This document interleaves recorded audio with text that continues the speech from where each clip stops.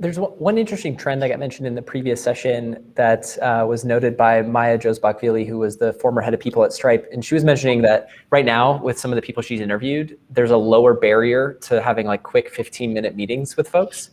And so the ability to like do direct outreach and have shorter meetings and to tend relationships over the long term seems to be something that it's easier to do now than beforehand.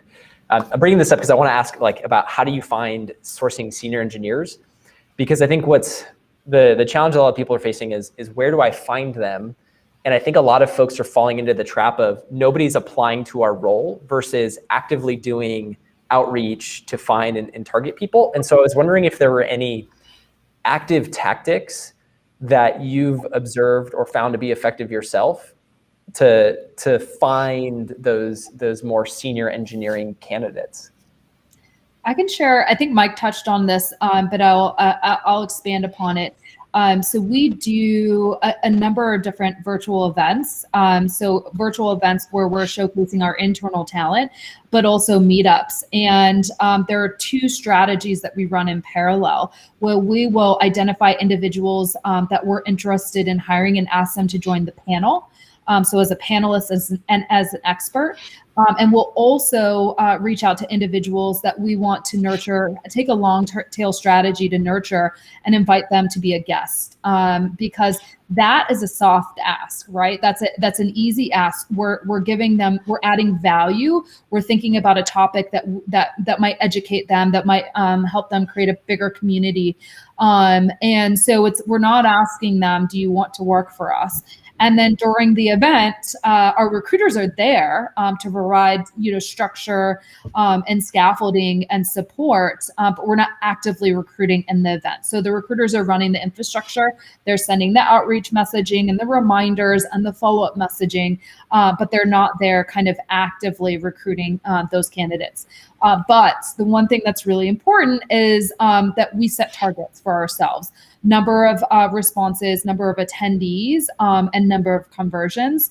And so the goal, everyone's goal really truly is to create a nice, rich community, but the ultimate goal is to be able to see some conversion to active candidates after the event.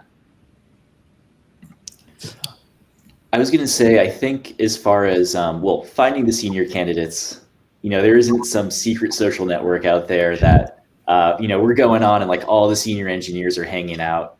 But LinkedIn Recruiter is tried and true. I think it's a great source, especially if you know how to work some of the search filters on there. I would say as far as like, sort of just entering into conversation and getting some of these senior engineers interested, you can even just pitch your initial outreach as more of a conversation and less of an outright, hey, we're recruiting. I think one thing that I found to be effective is saying, hey, do you just want to have a chat about, let's say for an engineering leadership chat, or do you want to have like a, senior engineering type of chat, just to sort of pick their brain a little bit to see what's important to them. But then I think a lot of these more senior folks that are open to having conversations, they also want to feel out the market. And if you sort of put it in front of them in a low pressure type of way, where it's just a conversation, I think that works.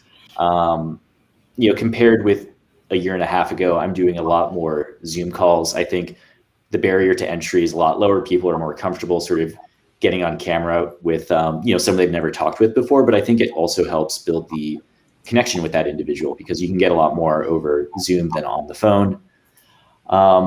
And then finally, I think another way just to lower the barrier to entry, a lot of people use Calendly. Can definitely recommend including that in, any sort of outreach you do in Gem or otherwise. And yeah, it can be quite helpful just to make it easier for someone to book time on your calendar.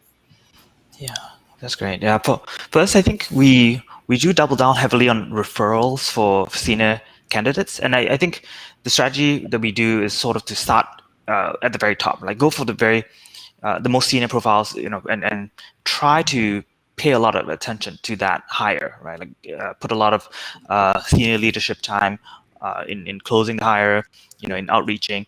But once you actually get like someone very senior, like I think what we've found is that, they act as talent magnets, right?